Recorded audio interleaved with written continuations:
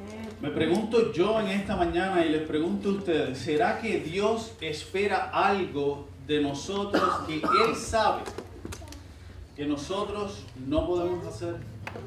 ¿Será que Dios espera algo de nosotros que Él sabe que está fuera de nuestro alcance? El tema de esta mañana lo he titulado Ciencia Ficción Bíblica. Porque cuando nosotros vemos algunos textos de la Biblia, nosotros pudiéramos pensar o pareciera irreal la manera en que Dios habla muchas veces a sus hijos. Versículos tales como Levítico 19:2 dicen lo siguiente: da las siguientes instrucciones a toda la comunidad de Israel. Sé santo, porque yo, el Señor tu Dios, ¿soy qué? Santo. Mateo 5:48. Jesús hablando dice: por tanto, sean ustedes perfectos como su Padre Celestial es perfecto.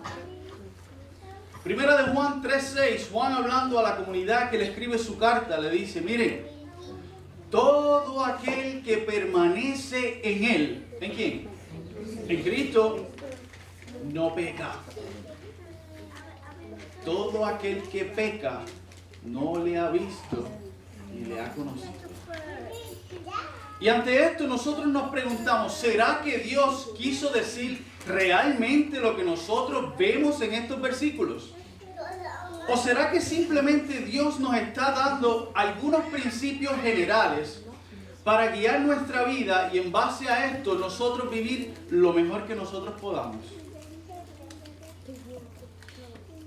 ¿Por qué nosotros hacemos lo que hacemos? Es sencillo. Porque es lo que siempre hemos hecho. Existen varios factores que determinan la manera en que nosotros vivimos hoy, y estos factores se llaman costumbres o hábitos. O sea, hacer la manera de la misma forma en que siempre los hacemos. Y esto nos hace a nosotros vivir bajo una cierta rutina. Y esta rutina en muchas ocasiones no nos permite a nosotros como seres humanos espirituales, cristianos que estamos creciendo en Cristo, desarrollarnos al máximo. ¿Por qué? Porque vivimos haciendo las cosas de la misma manera en que siempre las hemos hecho. Si oraba una sola vez al día, sigo orando una vez al día. Si leía mi Biblia solamente una vez a la semana cuando iba a la iglesia, sigo leyendo mi Biblia una vez a la semana. Por lo tanto, nuestra vida espiritual, nuestro ser, nuestra experiencia con Dios no puede ¿qué? No puede crecer, no puede mejorar. Y si somos honestos con nosotros mismos y nosotros verdaderamente examinamos nuestras vidas, el hábito o la costumbre más practicada por cada uno de nosotros es ¿el qué? El pecado. Ahora, lo difícil es ser honestos con nosotros mismos. Porque a nosotros nos gusta justificarnos. Yo no estoy tan mal, fíjate, mira. Yo no estoy tan mal, yo no hago las cosas como fulano y sutano. Él hace esto y hace aquello. Eso sí está mal, pero yo no hago eso. Y nos justificamos a nosotros mismos. Pero en lo más interior de nosotros, como seres humanos, cuando somos honestos, cuando estamos en soledad, cuando no hay nadie con nosotros, hay una voz en nuestra conciencia que nos dice: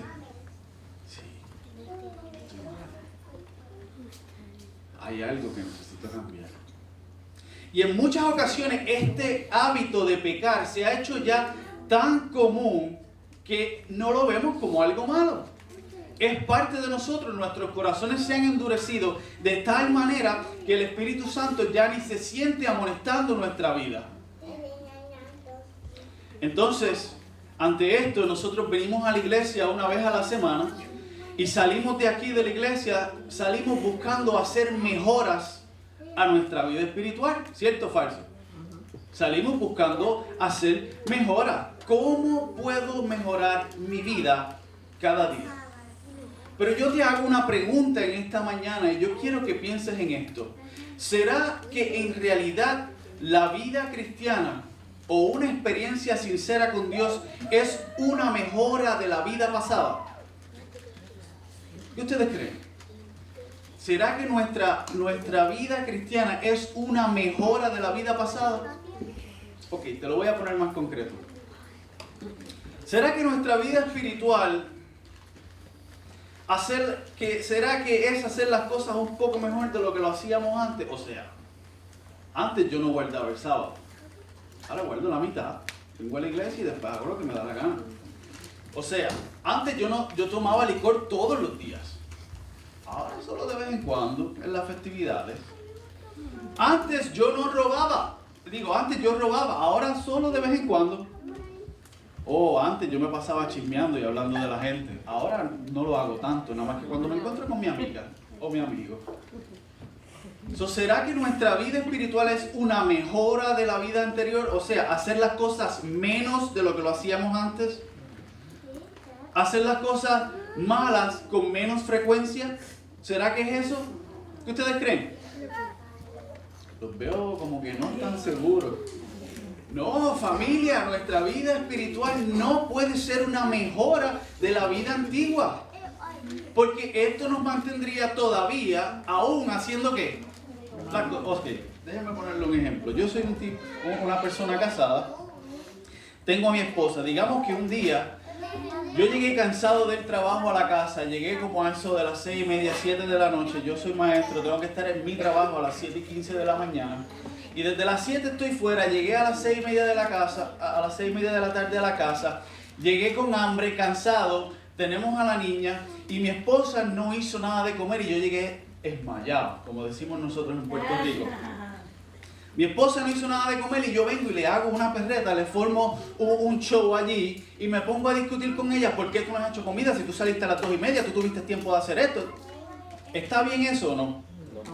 Pero digamos que ahora yo llego, eso fue tal vez lunes, yo llego viernes y sucede lo mismo. Y vuelvo y hago otro show, y vuelvo y hago otra perreta, y vuelvo y les reclamo y peleo con ella. ¿Está bien eso? Pero digamos que ahora yo estoy empezando a tener una experiencia con Cristo y esto solamente sucede una vez al mes.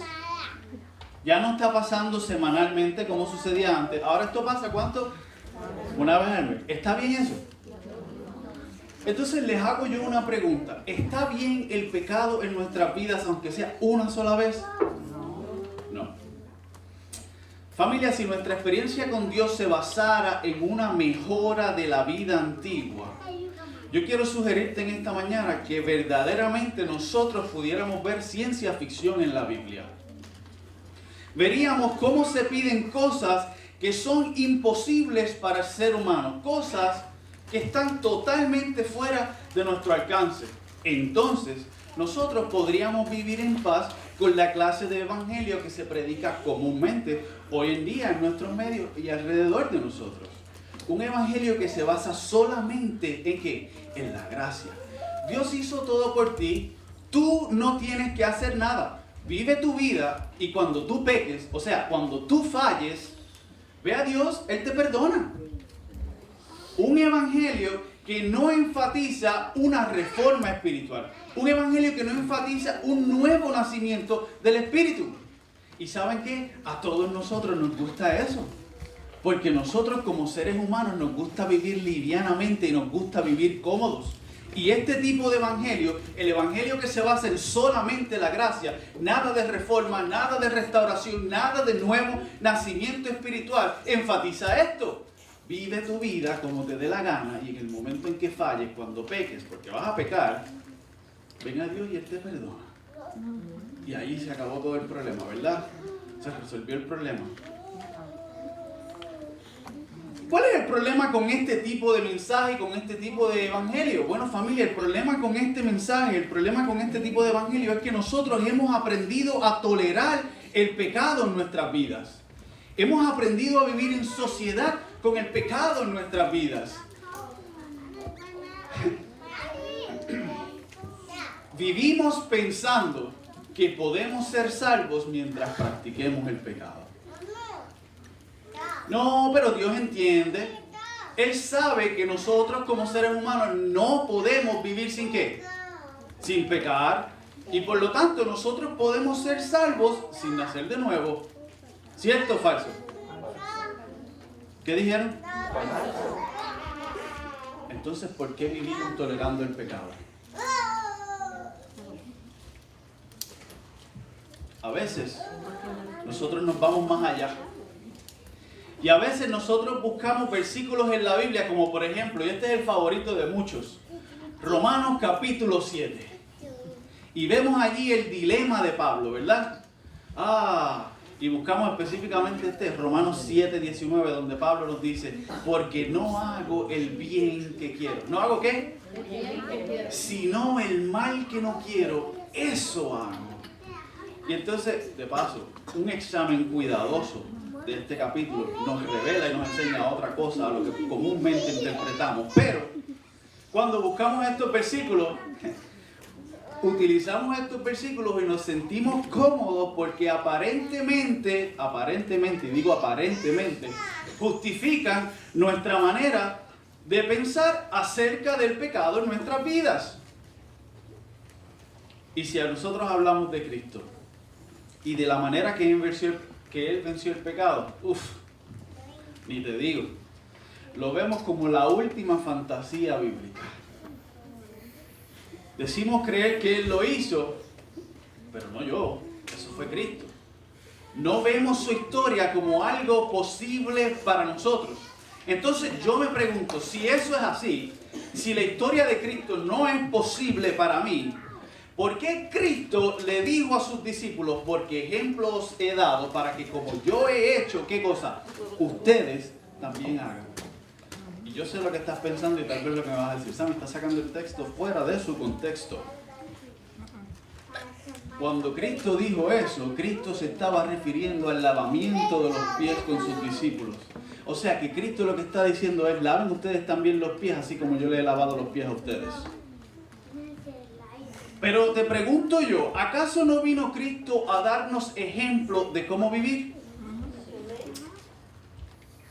Bueno, Sammy, lo que pasa es que tú no entiendes. Ahora nosotros comenzamos a poner excusas. Cristo era Dios. Por eso Él pudo vivir la vida de la manera en que la vivió. Él era Dios. Otra. No, lo que pasa es que Cristo tenía una mejor naturaleza que nosotros.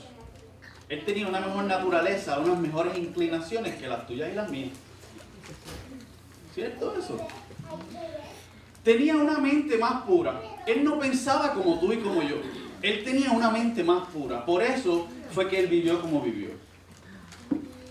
Y una que está saliendo a relucir últimamente, más común, Cristo Jesús tenía un mejor equipo genético que nosotros. Cristo era Dios. Él tenía un mejor equipo genético de nosotros. Él no adquirió todas esas tendencias corruptas. No adquirió todas esas tendencias al pecado que nosotros adquirimos al nacer.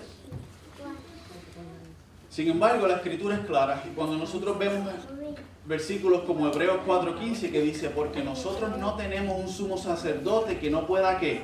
Compadecerse de ¿quién?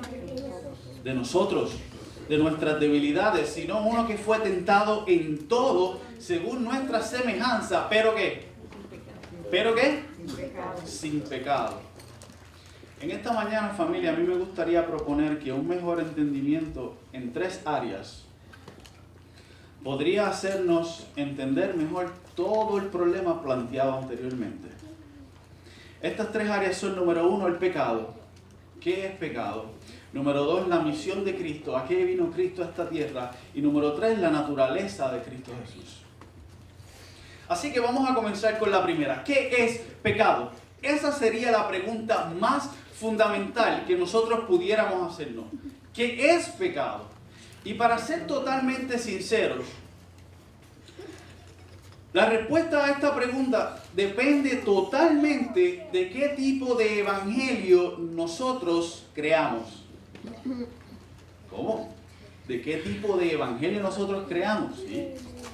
Depende del concepto que tú tengas del evangelio y de la salvación, es como tú vas a ver el pecado.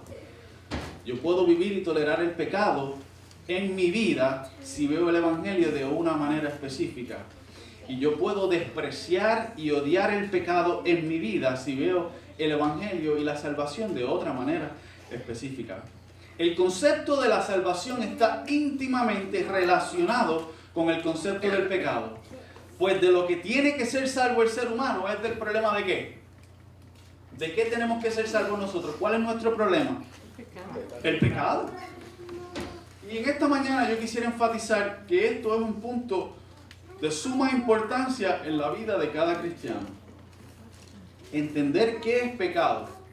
Porque el pecado es lo que hace que el ser humano sea considerado culpable.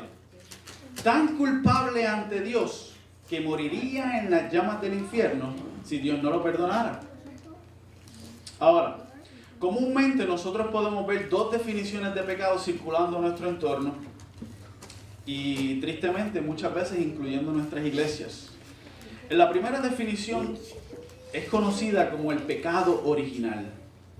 Y esta definición dice que el pecado que nosotros tenemos hoy, el pecado que nosotros, del cual nos condena, el pecado que nos hace culpables ante Dios, y dice que algunos de nosotros somos culpables porque heredamos ese pecado de Adán. Nosotros heredamos ese pecado de Adán. Y van al libro de Romanos y buscan allí los versículos que dice que por cuanto el pecado entró por un hombre, que todo este tipo de cosas, nosotros heredamos el pecado de Adán. Algunos dicen que somos culpables no porque heredamos la culpabilidad, pero a causa de que nosotros nacemos como hijos e hijas de Adán, y se nos imputa esa culpa por haber nacido en una raza que caída. Así la culpa de Adán se nos imputa a nosotros. Otra variante dice que no somos culpables porque heredamos el pecado, sino porque nacimos en una condición separada de Dios. Al nacer separados de Dios, ya, esa es tu culpa, naciste separado de Dios. Pero el común denominador en todas estas variantes de lo que es pecado original es que nosotros somos culpables o condenados porque nacimos en la familia humana. En otras palabras, lo que se está diciendo con esta definición es que la culpabilidad y la condenación se heredan por naturaleza. Para ser culpables y estar condenados, según esta definición, lo único que tenemos que hacer es ¿qué? ¿Es qué? Haber nacido. Y les pregunto yo a ustedes, ¿acaso pedimos nosotros nacer? No, ¿verdad que no? Entonces, ¿por qué se nos imputa una culpa que no es nuestra si nosotros no decidimos haber nacido? Si nosotros no lo escogimos. Ahora, hay otra definición. Y esta definición dice... Esta definición entiende que el pecado es un acto deliberado. ¿Un acto qué? Voluntario. Un acto deliberado del ser humano en el cual el hombre decide rebelarse contra Dios y actuar en contra ¿de quién? De su voluntad. Esta definición dice que pecamos y nos hacemos culpables cuando decidimos rebelarnos contra la luz y el conocimiento del deber. O sea, la luz y el conocimiento que ya nosotros tenemos. Cuando nosotros decidimos hacer algo malo en contra de lo que ya nosotros sabemos que es correcto. Con esta definición nosotros aceptamos también, sí, que heredamos la maldad, la debilidad y la corrupción de Adán. O sea, todas esas tendencias a hacer lo malo. Que tenemos deseos iguales a los que tuvo Adán en su estado pecaminoso, no en el momento de la creación. Porque dice la Biblia que cuando Adán fue creado, que él fue creado y cuando vio Dios lo que había hecho, dijo que todo era ¿qué? Perfecto. Y si nosotros leemos en el espíritu de profecía, nos damos de cuenta de que dice allí que antes de el pecado, la voluntad de Adán totalmente era agradar y servir ¿a quién? A Dios. No había en él nada, ninguna inclinación que lo llevara lejos o lo sacara fuera de adorar a Dios y de hacer su voluntad. Así que deseamos hacer el mal, deseamos rebelarnos contra Dios y que es más natural para nosotros actuar de continuo al mal en vez de continuo al bien. En su forma más básica, familia, esta definición dice de pecado, dice que el pecado es un acto, y miren la palabra, a lo mejor no la habían escuchado antes o a lo mejor no lo habían visto así. El pecado en su forma más básica es un acto egoísta. ¿Es un acto qué? Preferimos satisfacer nuestros deseos antes que los deseos de Dios. La pregunta es, ¿cuál es la diferencia entre esta definición y la anterior? Bueno, según esta definición, la diferencia estriba en que nosotros no heredamos culpa o condenación por un pecado que no es nuestro, sino que el pecado personal que trae culpa y condenación es una elección nuestra. El pecado en sí mismo no es heredado. Y ahora ustedes me dirán, ok, Sammy, ya está bien, ya fuiste muy técnico. Ya estás dando mucha definición y no te estoy siguiendo. Pues vamos a lo práctico ahora. ¿Tienen sus Biblias? Vamos a usar la Biblia. Necesito 6 voluntarios. 1. Primera de Juan 3:4. Vamos a ver qué dice la Biblia que es pecados y por cuál definición de estas dos que yo di se inclina la Biblia. Primer versículo, Primera de Juan 3:4. Voy a pedir que si alguien quiere levantar la mano y quiere ofrecerse de voluntario, tengo 6 versículos aquí y los voy a discutir los 6.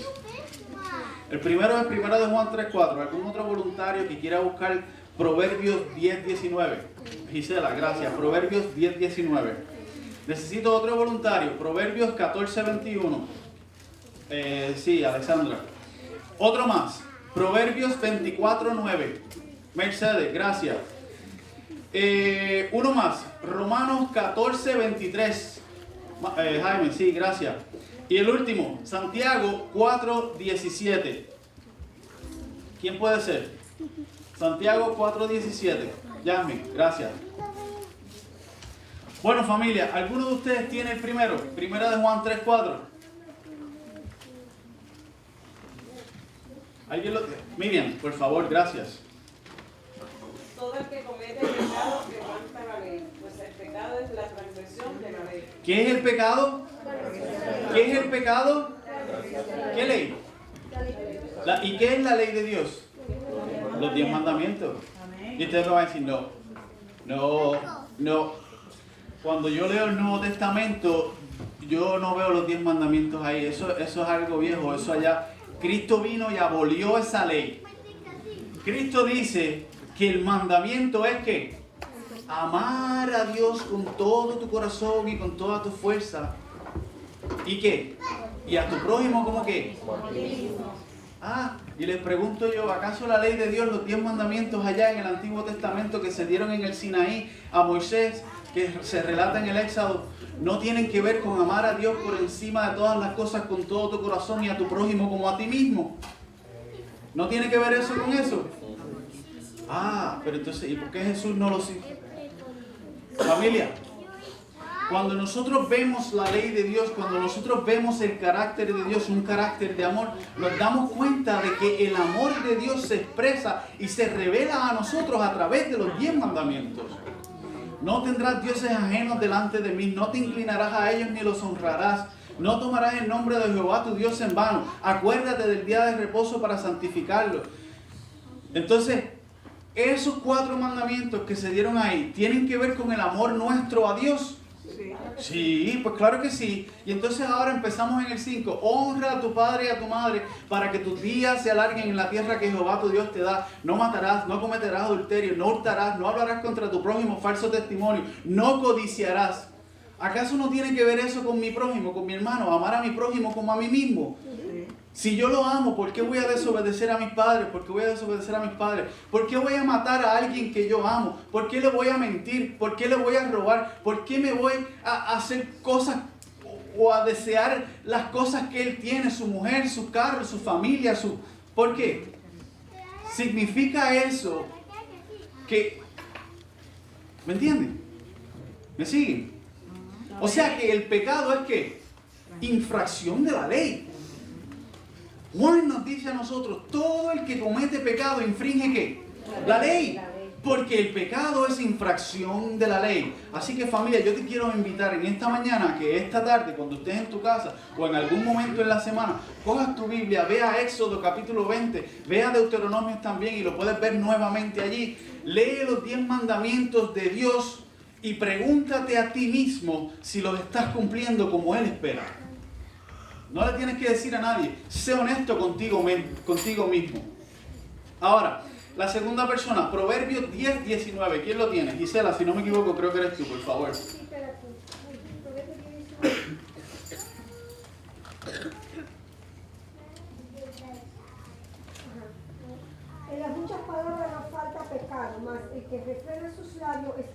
¿Cómo? ¿Qué dice Proverbios Salomón allí? En las muchas palabras, ¿qué? No falta ¿qué?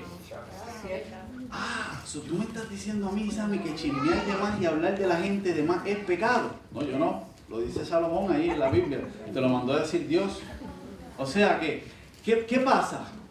Lo que pasa es que nosotros hemos aprendido a tolerar el pecado a tal punto en nuestra vida que ya estas cosas, eso es normal. Eso es costumbre, eso es un hábito. Familia, Proverbios 14:21. ¿Quién lo tiene? Alessandra, gracias. Peca el que menosprecia a su prójimo, pero es feliz el que se compadece del necesitado. El que menosprecia, el que desprecia, el que mira con qué, con desagrado, ¿qué hace? Uf. O sea que si yo hablo de más sobre una persona y lo miro con desagrado, lo miro con menosprecio, lo quiero poner a un lado, ¿qué estoy haciendo? Ay, ay, ay. Proverbios 24:9. Proverbios como que nos enseña mucho, ¿verdad? Proverbios 24:9. Mercedes. El pensamiento del necio es pecado y abominación a los hombres. Él es el escarnecedor. El pensamiento del necio es pecado. Y ustedes van a decir, pero está bien, yo no soy ningún necio. Tendría que ser necio para que mis pensamientos sean pecados. Una mejor traducción dice, los pensamientos necios son pecados. O sea que, ¿qué? Perder el tiempo, estar pensando en gusarañas, como decimos nosotros, estar pensando en la nada, ¿es qué? Ay, Proverbios. Romanos 14:23. De aquí solamente lo que me interesa es la última frase, pero leamos el versículo completo. Pero el que come dudando se condena, porque come sin fe, pues todo lo que no procede de la fe es pecado. Todo lo que no proviene de fe es ¿qué? Pecado. O sea que si yo voy a darle comida a los homeless, no porque yo quiero alabar a Dios a través de darle comida a los homeless, sino porque yo en mi propio orgullo quiero ir y llevarle comida y decir, yo hice tal cosa, ¿qué? Y hay otro versículo que dice, pues si coméis o bebéis, hacedlo todo, ¿para qué? Para la gloria de Dios. O sea, toda acción, toda palabra, todo pensamiento que nosotros tengamos debe ser ¿para qué? Para la gloria de Dios. Entonces, ¿por qué lo que no proviene de fe es pecado? No es porque sean malas acciones. Puedes estar haciendo una acción perfectamente buena, pero es porque tu acción no está dándole un voto de confianza a Dios. Porque tu acción, tu palabra, tu pensamiento es un acto totalmente egoísta. Y te dije anteriormente que el pecado en su forma más básica es que es ser egoísta, ponerte a ti en primer lugar. Santiago 4:17, ¿quién lo tiene? Yasmin, por favor. Y al que sabe hacer lo bueno y no lo hace, le es pecado. Al que sabe hacer lo bueno y no lo hace, le es pecado. Familia, yo les he creado un problemón en esta mañana. ¿Saben por qué? Porque ahora ustedes saben que chismear es malo. Ahora ustedes saben que pensar en la nada y en pensamientos necios es malo. Ahora ustedes saben que despreciar a su prójimo es malo. Ahora ustedes saben que infracción a la ley de Dios es malo. Ahora ustedes saben que obrar egoístamente, sin fe, es malo. Y ahora ustedes saben todas estas cosas y si no las hacen, ¿están qué? ¿Qué problema? ¿Para qué viniste a predicar hoy, hermana? Sí. Sí, aquí tenemos en Santiago 2:10 que dice, porque cualquiera que guardare toda la ley, pero ofendiere en un punto, se hace culpable de todo. Oh, Amén. muchas gracias por traer ese punto. Amén. Nosotros le damos categoría a los pecados. Decimos, mentir no es tan malo como matar. O sea, que yo puedo, I can get along, como decimos en inglés. Yo puedo salirme del paso mintiendo, pero no puedo matar. Pero familia, es que para Dios no hay pecados pequeños y grandes. ¿Ustedes saben cómo le llaman los católicos a eso? Le llaman pecados veniales. Hay unos pecados, algunos tipos de pecados por los cuales tú puedes perder tu salvación y los otros no. Por los otros simplemente pide perdón y hace ciertos tipos de conductas y ciertas obras para recibir el perdón. Y nosotros somos bien buenos. Le damos categoría. No, este es menos, este es más, yo puedo quebrar el sábado hoy si yo no estoy haciéndole nada daño a nadie, ¿verdad? Pero entonces para Dios quebrar el sábado es lo mismo que si mataras a tu enemigo o acostarte con la mujer de tu prójimo, que es adulterar, es lo mismo que si yo pues desobedeciera a mis padres, ¿verdad? Ante los ojos de Dios todos los pecados son iguales. Y ahora, después de haber visto todas estas definiciones, nosotros como que empezamos a ver el asunto del pecado de una manera más seria, ¿verdad? Como que nuestra percepción empieza a cambiar y nos damos cuenta de que vivir la vida como siempre la hemos vivido, tal vez no es la mejor manera de vivirla. Nos damos cuenta de que el asunto del pecado es más serio y se extiende más de lo que tal vez nosotros pensamos. Y si lo quieres ver de una manera aún más seria, veámoslo desde la perspectiva de la gran controversia. ¿Qué es la gran controversia, Sammy? Yo no sé. Bueno, esa gran batalla entre Cristo y Satanás. Esa batalla que nosotros vemos día a día entre el bien y el mal. Sabemos las acusaciones. Tu ley es injusta, eso no se puede cumplir. El ser humano nunca va a ser capaz de cumplir tu ley. Los hombres no van a representar tu carácter dignamente. Y sabes tú, familia, ¿qué es lo que hace falta para demostrar que Satanás tenía la razón en sus acusaciones? ¿Sabes tú qué es lo que hace falta para demostrar Satanás? Sí, tú tenías razón diciendo que la ley de Dios no se puede cumplir. Tú tenías razón, sí, diciendo que el ser humano por sus propias fuerzas nunca iba a hacer las cosas bien. ¿Sabes qué se necesita?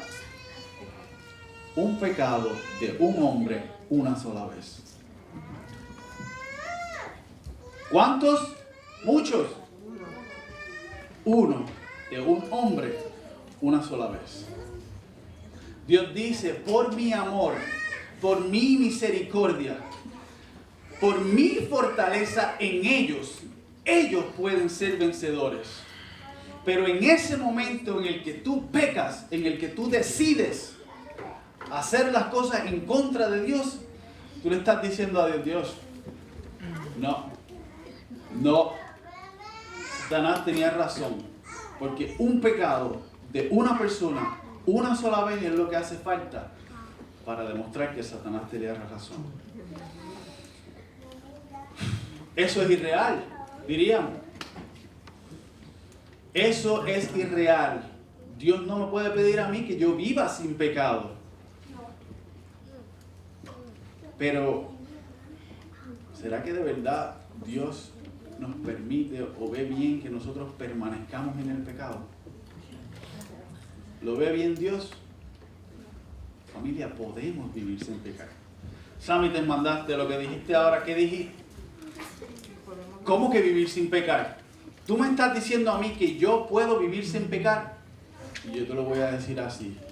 Sí. Bajo las condiciones correctas. Sí. ¿Por tus propias fuerzas lo puedes hacer? No.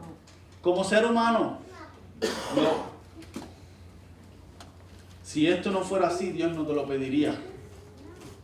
Tú puedes decidir no pecar. Martín Lutero decía, yo no puedo evitar o prevenir que los pájaros vuelen sobre mi cabeza, pero sí puedo prevenir que hagan nidos. O sea, yo no puedo evitar que lleguen a mí tentaciones que quieran hacerme pecar. Yo no puedo evitarlas. Yo no puedo evitarlas. Van a llegar. Las tentaciones van a llegar. Sea que salen de tu propia concupiscencia o sea que Satanás la esté poniendo ahí para que... Yo no puedo evitar que lleguen las tentaciones, pero yo puedo evitar caer en la tentación. Pero yo puedo evitar que los pájaros hagan nidos en mi cabeza. Y es por eso que nosotros tenemos que entender entonces la misión de Cristo. Cristo entendía el problema del pecado y sabía que por sí mismo el ser humano no podría salvarse del problema del pecado. Así que Cristo decidió venir a la tierra. ¿Y para qué vino Cristo? Vamos a Mateo, la Biblia. Vamos allí, Mateo capítulo 1, versículo 21. Mateo 1, 21. Mateo capítulo 1, versículo 21. ¿Qué dice Mateo 1, 21? ¿Alguien lo quiere leer? ¿Para qué vino Cristo a la tierra? Dice, ¿y dará qué? Y dará a luz un hijo y llamará su nombre ¿cómo? ¿Qué significa Jesús? Muchas Biblias lo tienen allí al lado. Jesús significa Salvador. O sea que ese niño se iba a llamar ¿cómo? Salvador. Jesús. Porque Él salvará a su pueblo ¿de qué? Él salvará a su pueblo ¿de quién? ¿De los romanos? Oh, Él va a salvar a su pueblo ¿de qué? De sus pecados. La escritura es clara. Jesús vino a salvar al mundo, al ser humano, del problema del pecado. Lucas 19:10 dice, porque el Hijo del Hombre vino a buscar y a salvar lo que se había perdido. Cristo sabía lo que estaba mal en el ser humano. Él sabía que el ser humano en su naturaleza caída y pecaminosa obraba de continuo al mal, que sus tendencias, que sus pasiones, que sus deseos eran egoístas y que estas propensiones al mal hacían que el pecador no interesado en obrar la voluntad de Dios practicara una vida de pecado. ¿Y lo sabía Jesús verdaderamente? Bueno, Marcos capítulo 7, versículo 1 al 23. Yo no les voy a pedir que vayan allí, yo no voy a pedir que lo leamos. Pero se encuentra Jesús con sus discípulos y los fariseos. Los discípulos de Jesús están comiendo y se les olvidó hacer algo bien importante antes de comer. Se los enseñamos nosotros, yo se lo enseño en la escuela a mis niños. Tienes que lavarte las manos antes de comer. Los discípulos se les olvidó lavarse las manos. Y llegan los fariseos donde Jesús y le dicen, oye, que estos discípulos tuyos, y estoy parafraseando, claro está, estos discípulos tuyos no siguen nuestras tradiciones. ¿Qué le pasa? Ellos andan comiendo y no sé qué, no se lavaron las manos. Hipócrita, le dice Jesús, ¿verdad? Pero, más adelante Jesús sigue hablando y les dice, oye, ¿ustedes saben algo? No es lo que entra en el hombre lo que lo contamina. O sea, la comida que tú comes no es lo que te contamina. ¿Qué es lo que contamina al hombre? Le dice Jesús. Marcos capítulo 7, versículos 20, 21, 22 y 23. Los voy a leer. Dice, pero decía que lo que del hombre sale, ¿esto qué? Lo que entra o lo que sale. ¿Qué sale de nosotros? Palabras, acciones, pensamientos en voz alta, ¿verdad? Siempre decimos lo que pensamos, ¿no? Eso salen pensamientos también. Porque de dentro del corazón, ¿salen qué? Los malos pensamientos. Salen los malos pensamientos, los adulterios, las fornicaciones, los homicidios, los hurtos, las avaricias, las maldades, el engaño, la lascivia, el deseo sexual errado, la envidia, la maledicencia, la soberbia, la insensatez. Todas estas cosas de dentro salen ¿y qué? Y contaminan al hombre. Jesús sabía lo que está mal en el hombre es que el corazón. Sí, porque tu corazón está trabajando un 50% y la sangre no te está llegando bien al cerebro. ¿A eso se refería Jesús? ¿A qué se refería Jesús cuando dice corazón allí? ¿A nuestra qué? A nuestra mente, familia, a nuestras concupiscencias. ¿Qué son las concupiscencias? Las concupiscencias tienen una connotación negativa en la Biblia, pero son esos deseos, esas pasiones, esas malas inclinaciones, esas malas propensiones al pecado. Jesús le está diciendo, lo que está mal en el hombre es eso. Es su mente, su concupiscencia, sus malas inclinaciones. Y de estas salen ¿qué? Los malos pensamientos, los adulterios, la fornicación, la lascivia, el engaño y por ahí en adelante. O sea que familia, nosotros tenemos que ¿qué? Permitir que Jesús venga ¿a dónde? ¿Afuera de nuestra vida? No, que Jesús entre en nuestra vida porque lo que está mal no es lo que yo proyecto ser aquí. Lo que está mal está ¿dónde? Adentro. Y como eso es lo que está mal, de eso es que Jesús nos tiene que ayudar. Siguiendo la línea de pensamiento de Marcos y de Jesús, Santiago, capítulo 1, versículos del 12 al 18, dice que el ser humano es tentado a pecar cuando es atraído por sus propias ¿qué? Concupiscencias. En otras palabras, por sus propias pasiones, por sus malas inclinaciones y por sus malos deseos. Por lo tanto, nosotros vemos y entendemos que Jesús conocía la condición del hombre y sabía que un ejemplo a seguir sería ¿qué? Necesario. Por eso vino a rescatar al hombre del problema del pecado. Entonces, como mencioné al principio, es bien fácil para nosotros decir, bueno, sí, pero Cristo vivió y Cristo obtuvo victoria sobre el pecado porque Cristo era Dios, porque Cristo tenía una mejor genética que nosotros, porque Cristo tenía una mejor naturaleza. Y comenzamos a poner muchas excusas acerca de Cristo, ¿verdad? Pero cuando nosotros vemos la Biblia, aunque sí, Cristo Jesús era Dios, el Dios todopoderoso del Antiguo Testamento, aquel que dio los 10 mandamientos a Moisés, no sabe, pero tú estás mal, ese es Jehová. En sus casas hoy lean el capítulo 8 del Evangelio según San Juan y me dicen que ustedes piensan de quién era Cristo. Entonces, vamos a estudiar la Biblia, vamos a ir a Filipenses. Yo quiero que vayan conmigo, Filipenses capítulo 2. Porque vamos en esta mañana, Dios mediante, con la ayuda del Espíritu Santo, a desmentir esas excusas que nosotros ponemos. Pero cuando Cristo vino a la tierra, Él era Dios. Él era Dios. Filipenses capítulo 2, y vamos a ver 3 versículos allí.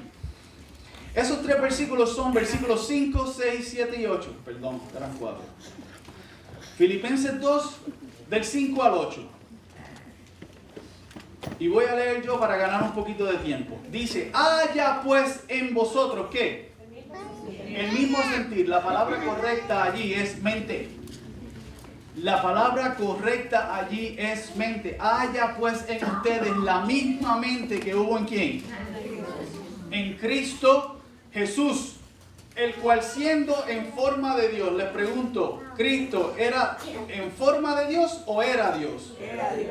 El cual siendo Dios, no estimó ser igual a Dios como cosa a que aferrarse. En otras palabras, el cual Cristo, siendo Dios, no le importó ser Dios como algo a lo que decir, no, voy a seguir siendo Dios, sino que se despojó, y la palabra correcta allí es se vació. A sí mismo, en otras palabras, ¿qué hizo? Se vació de sí mismo, tomando forma de siervo. Y les pregunto, ¿tomó forma o era siervo? Era siervo, el cual se hizo siervo, y la palabra correcta allí es esclavo. Se hizo esclavo, hecho semejante a los hombres. Y les pregunto, ¿era semejante o era hombre? Era hombre. Juan dice que cualquiera que diga que el Hijo de Dios no vino en carne y hueso, tiene el espíritu ¿de quién? Del anticristo. Dice Pablo aquí, hecho semejante a los hombres y estando en la condición de hombre. ¿Qué condición? ¿Qué condición? ¿La naturaleza qué? Humana, caída, pecaminosa, con tendencias, inclinaciones y propensiones ¿a qué? Al mal. ¿Se humilló a quién? Haciéndose hasta la muerte y muerte de... Ok, vamos a explicar esto un poquito mejor. Miren, cuando Cristo vino a esta tierra, Cristo no dejó de ser Dios. Y escúchenme bien ahora porque aquí hay un poco de confusión. Cristo no dejó de ser Dios. Sin embargo, Él se despojó, se vació de todos los atributos que lo hacían Dios. En otras palabras, Él hizo esto. Él cogió todos esos atributos que lo hacían Dios y hizo, espérate. Los cogió, se los quitó y los puso a un lado para poder venir y vivir aquí como tú y como yo. Y ahora ustedes dirán, ok, entonces ¿cuáles eran esos atributos? Hay 5 cosas que hacen que Dios sea Dios. Que si una de estas falta, una persona no es Dios. Estos atributos son omnipotencia. Todo lo puede, todopoderoso. Número 2, omnipresencia. Está en todos los lugares a la misma vez. Número 3, omnisciencia o omnisapiencia. Todo lo sabe. Lo que era, lo que es y lo que será. Inmutabilidad, que no cambia. Y número 5, eternidad. Tiene que haber existido siempre y para siempre. Si esas 5 cosas no están, no es Dios. Y cuando Cristo vino a la tierra, Cristo hizo lo que yo hice. Se quitó, se vació de todos esos atributos que lo hacían Dios. Y yo tengo versículos para cada uno de estos, pero por falta de tiempo los voy a obviar. Quiero leer solamente unos cuantos, y los voy a parafrasear por ganar tiempo. Omnipotencia. Cristo Jesús se desprendió de su omnipotencia, de su todopoderío. Y cuando nosotros leemos el Evangelio de Juan, especialmente si buscamos el capítulo 5 y el versículo 30, nosotros nos damos de cuenta de que Jesús decía, yo no puedo hacer nada por mí mismo, sino que todo lo que hacía, lo hacía en completa y total dependencia ¿de quién? De su Padre. De su Padre. Si Cristo Jesús hubiese venido a la tierra siendo todopoderoso, ¿tendría ventaja sobre nosotros o no? Sí, pues entonces, ¿de qué valdría que nosotros tuviéramos un sacrificio disque redentor por un Salvador que tenía ventaja sobre nosotros en el pecado? ¿De qué? No valdría. Y familia, conociendo lo bien que la Biblia describe al enemigo, a Satanás, si esto hubiese sido así, Satanás hubiese sido el primero en pegar el grito ante Dios allá. No es justo. No es justo. Él va a vencer porque Él tiene atributos divinos en sí mismo todavía. Amén. Y obedeció a su Padre. Obedecía a su Padre. Mira el segundo, omnipresencia. Cuando Lázaro muere, ¿qué le reclaman María y Marta a Jesús? Así que, si hubieras estado aquí, mi hermano no hubiera ¿qué? Muerto. Pero Jesús no estaba allí porque Jesús estaba en otro lugar con sus discípulos. Por lo tanto, Jesús no era ¿qué? Omnipresente. Marcos 13:32, ¿lo tienen allí? Vamos a ver qué dice, miren este. Marcos capítulo 13, versículo 32, bien conocido por nosotros, bien conocido. Jesús se desprendió de su omnisciencia o de su omnisapiencia. Dice, pero de aquel día y de la hora nadie sabe, ni aun los ángeles que están en el cielo, ni quién, ni el Hijo, sino quién. ¿Sabía Jesús exactamente cuándo, en qué fecha, en qué día y a qué hora iba a volver a la tierra? ¿Ah? ¿Sabía? Ok, se me están perdiendo, se me perdieron. Marcos 13:32 dice que ni el Hijo ¿qué? Sabía. Y no solo eso, familia, cuando Cristo vino a la tierra, Jesús se desprendió completamente de su memoria. Dice Lucas 2:52 que Jesús crecía en sabiduría ante Dios y ¿quién? Y los hombres. Así que imagínate si Jesús tenía que ir aprendiendo y creciendo en sabiduría todos los días, ¿cuánto más nosotros? Y se desprendió de su gloria. Isaías 53:2, perdón. Cuando nosotros vemos allí el relato que Isaías hace sobre el siervo sufriente de Cristo, el siervo sufriente de Dios, perdón, que era Cristo, nos damos de cuenta que dice que ese siervo no tenía ningún parecer. No había nada en él que se deseara. En otras palabras, el Hijo de Dios no era una belleza de hombre como nosotros pensamos físicamente. A veces vemos cuadros bien bonitos. ¡Ay, qué bello ese Jesús! Mira los rubios con ojos azules. Pero la Escritura dice que el Hijo de Dios no tenía nada en su parecer.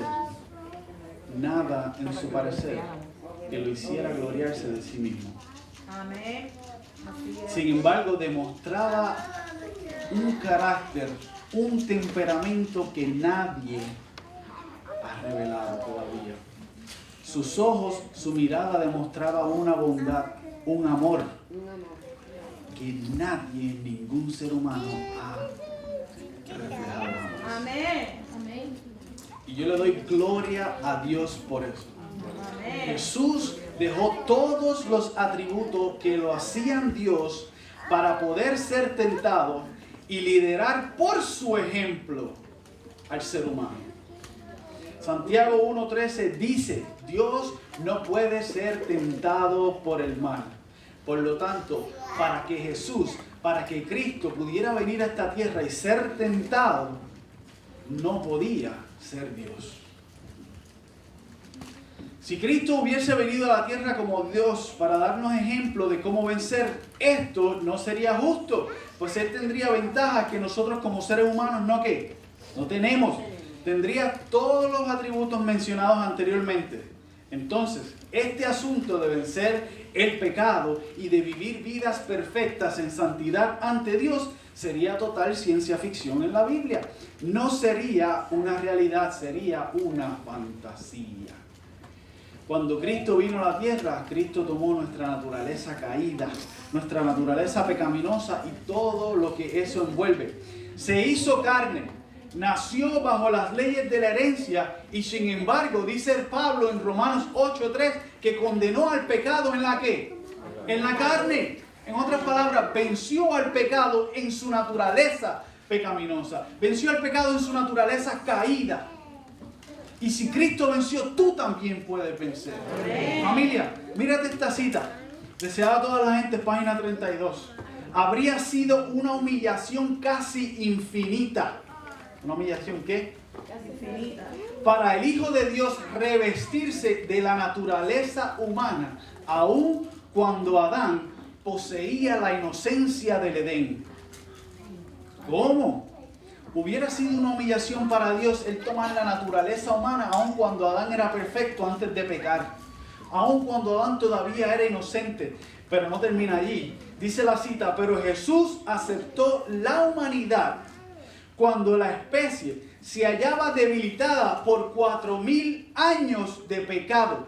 Y nosotros sabemos que esta teoría de evolución que dice que el ser humano va mejorando cada vez es errónea, porque yo no tengo que ser científico, yo no tengo que ser experto en estas áreas, pero nada más con ver a mi alrededor, yo sé que el ser humano no está mejorando, yo sé que el ser humano está empeorando. ¿Cuántas enfermedades tenemos hoy en día que no se veían antes? ¿Cuánta desgracia, cuánta maldad, cuántas cosas terribles hay en el ser humano hoy en día?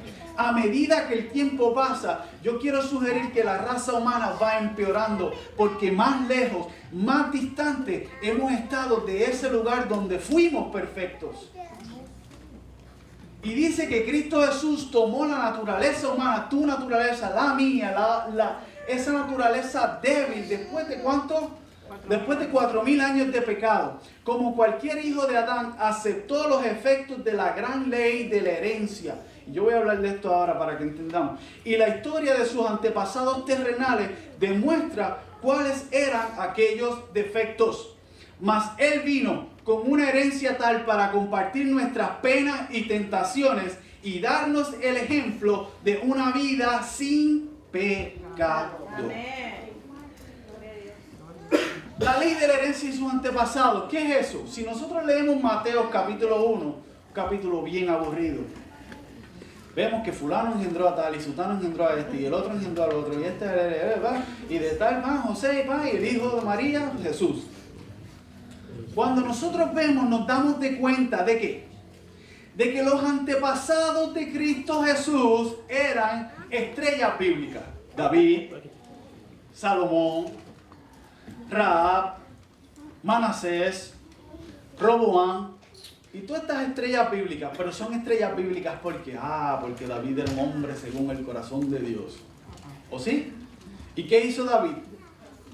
Adulteró y mató. ¿Y de quién era hijo Salomón? De David, a causa de ese matrimonio adúltero que él tuvo con la esposa de quién? De Urías. Y Salomón, que vivió para complacerse a sí mismo en todo. Dice la Biblia que entre mujeres y concubinas llegaban a 1,000. ¿A cuánto? Vivió para complacerse en todo. Oh, y Rahab. ¿Qué era Rahab? ¿Quién era Rahab? Una ramera. Era una prostituta. Y Manasés, el rey que por más tiempo ha vivido haciendo lo malo ante los ojos de Dios, que aún sacrificaba a sus mismos hijos a los ídolos y a otros dioses. O sea que cuando Jesús viene y nace, Jesús traía en su carga genética por herencia todas estas flaquezas y estas debilidades. Y ustedes dirán, no, pero eso te lo estás inventando. Bueno, hay una ciencia hoy en día que se llama la epigenética. y yo no tengo tiempo para hablar de la epigenética, búsquenla ustedes, pero la epigenética demuestra que los padres le pasan a sus hijos, cargas genéticas que no solamente determinan sus rasgos físicos, determinan sus rasgos de carácter, sus tendencias y sus inclinaciones. Amén.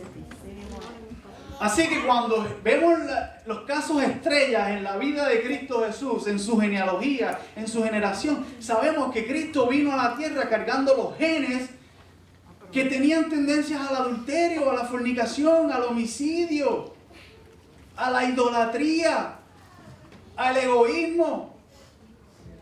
Patriarcas y profetas dice, ambos padres transmiten a sus hijos propias características mentales y físicas, su temperamento y sus apetitos, buenos o malos.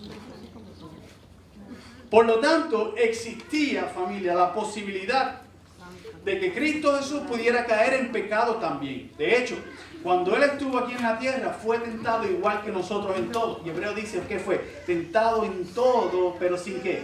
Sin pecado. Cuando nosotros leemos Mateo capítulo 4, versículos del 1 al 11, nos damos de cuenta de que Jesús fue tentado en su área física, en su área mental y en su área espiritual.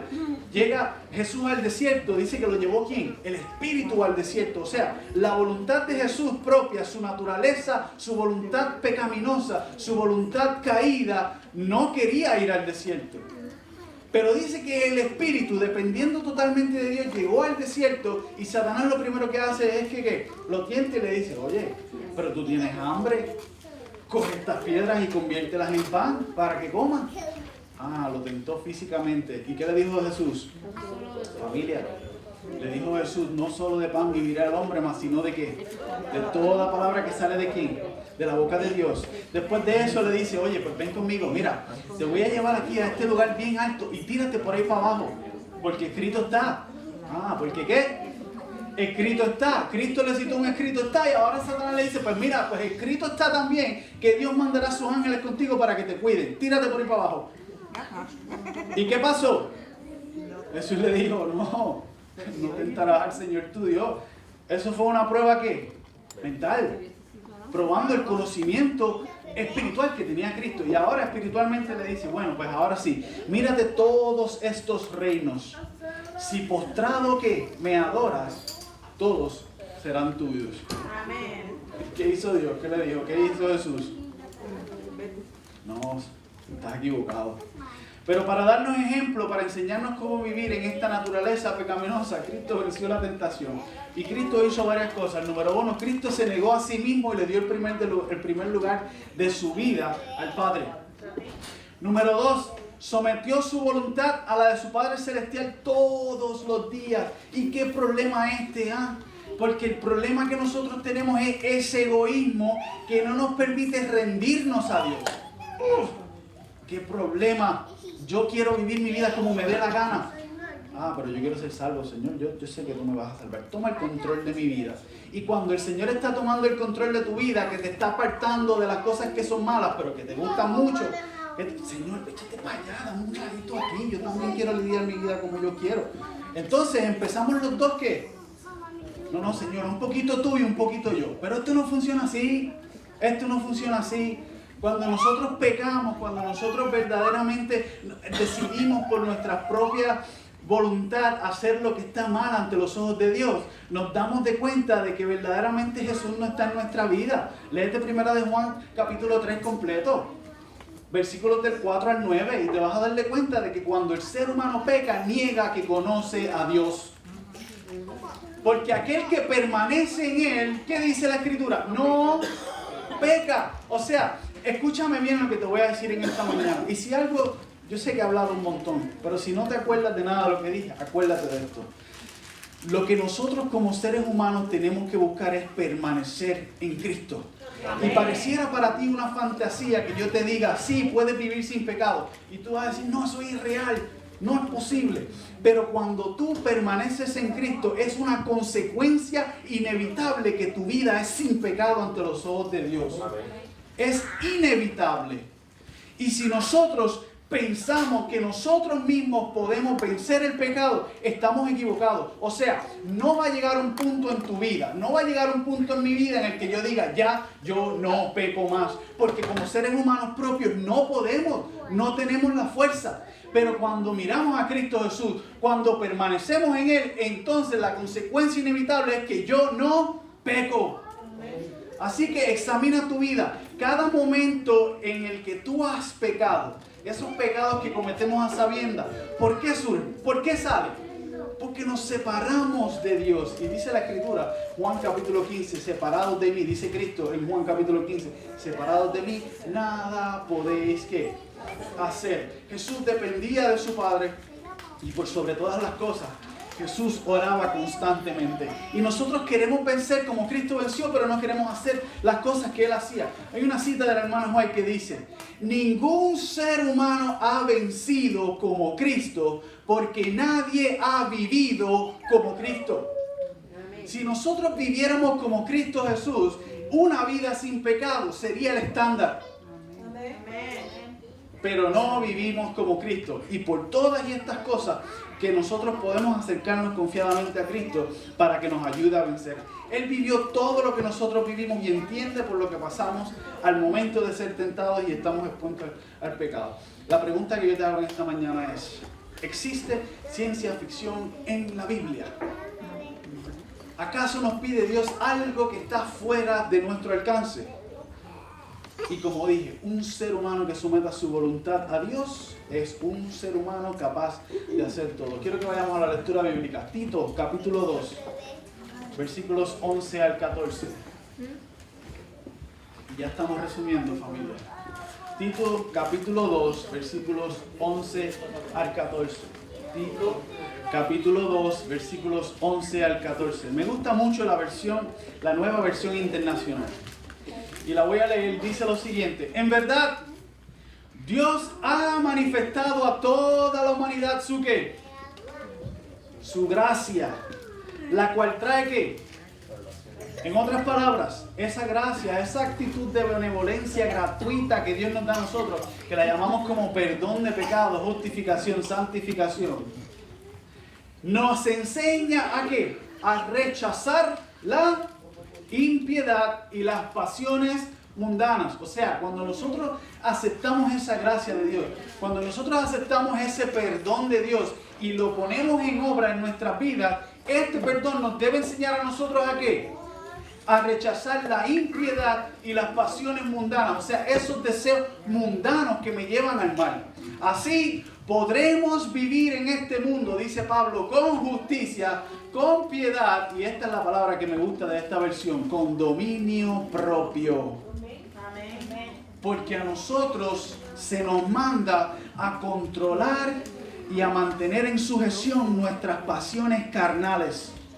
Todos esos deseos malos nunca se van a ir hasta el momento en que Cristo venga y nos glorifique. Nunca se van a ir. Pero sí los podemos tener controlados y en sujeción por el Espíritu Santo para gloria y honra de Cristo Jesús.